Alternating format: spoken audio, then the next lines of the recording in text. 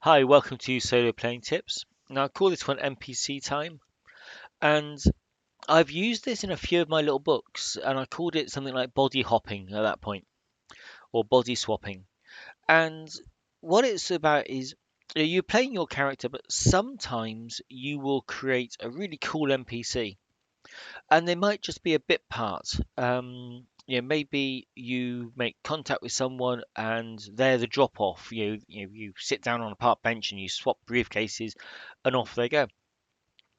Now you could just play your character. Kind of yeah, they've done the drop. They've handed over the money. They've got the suitcase full of whatever it is, documents or evidence or whatever, and you can just play your character on.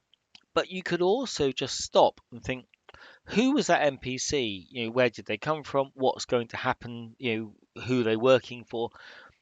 And rather than just wondering about it, you could play that NPC and just play, just maybe for the odd session, just for something different. See what happens to them. And there's two payoffs to this because one, you get to play, a completely different character just as a one-off. But also, if that character is involved in the action of your game, you could actually create more lore or establish fiction and facts and things for your own game, which when you're in kind of GM mode, but your character doesn't. And you can kind of cross these kind of timelines, and it just adds a little bit of richness to the game. And yeah, you get to play kind of different characters. It, you can also do this when, say, one character is you got your main character, but they've got an NPC sidekick that goes off to do something.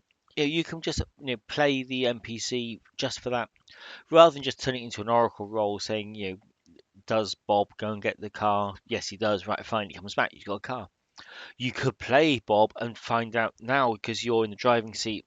Um, Literally, you you you get to make all these different decisions and choices, and things could happen to Bob before he gets back, if he gets back.